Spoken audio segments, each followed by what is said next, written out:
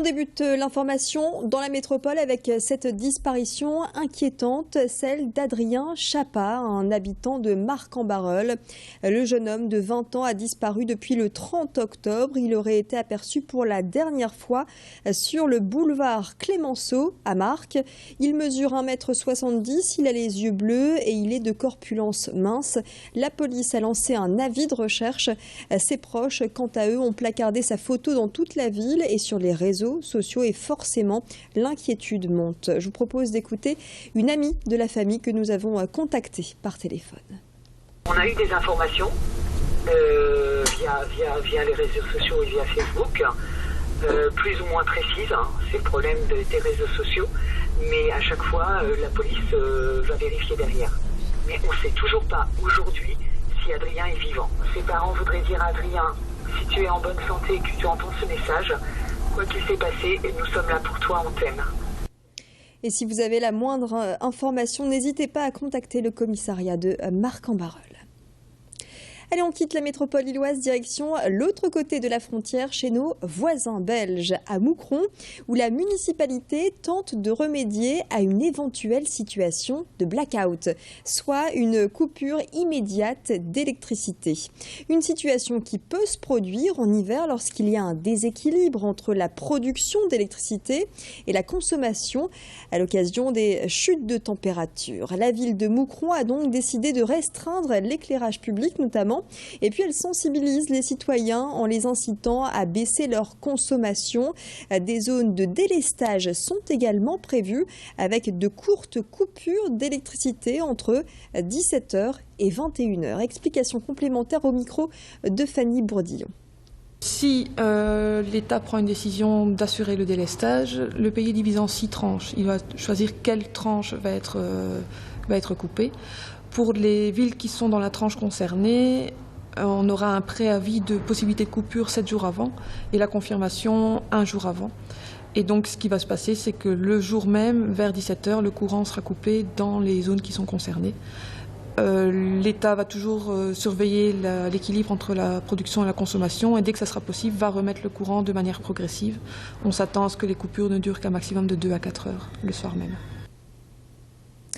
Fini la carte bleue, désormais un smartphone suffit pour vos achats du quotidien. C'est en tout cas le pari d'un opérateur de téléphonie mobile qui propose à ses abonnés un système de paiement sans contact chez des commerçants équipés d'un boîtier spécial. Concrètement, le client télécharge une application, il recharge ensuite son compte dans la limite de 300 € et il se rend dans 900 boutiques partenaires à Lille, Villeneuve-d'Ascq ou encore à Armentières. L'opérateur assure un paiement sécurisé. À partir de 20 €, le client rentre un code et puis le débit n'est pas effectué directement sur le compte bancaire, ce qui limiterait les fraudes. Démonstration. C'est très simple en fait.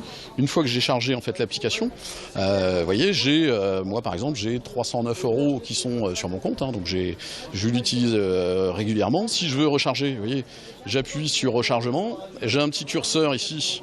En fait, je choisis le montant que je veux valider. Et en fait, c'est aussi simple que ça, quoi. Toute la nouvelle génération sont NFC. iPhone aussi, vous avez suivi, les iPhone 6 sont passés NFC. Pour l'instant, c'est simplement aux États-Unis, mais ça va arriver l'année prochaine. Voilà, donc le fait que iPhone aussi se lance dans le NFC, ça va développer les usages. Ça intègre une solution qui est assez rapide. On a juste à poser le téléphone sur le TPE. On valide l'opération en 2 secondes. C'est quand même assez révolutionnaire. Ça fait partie de l'ère du temps.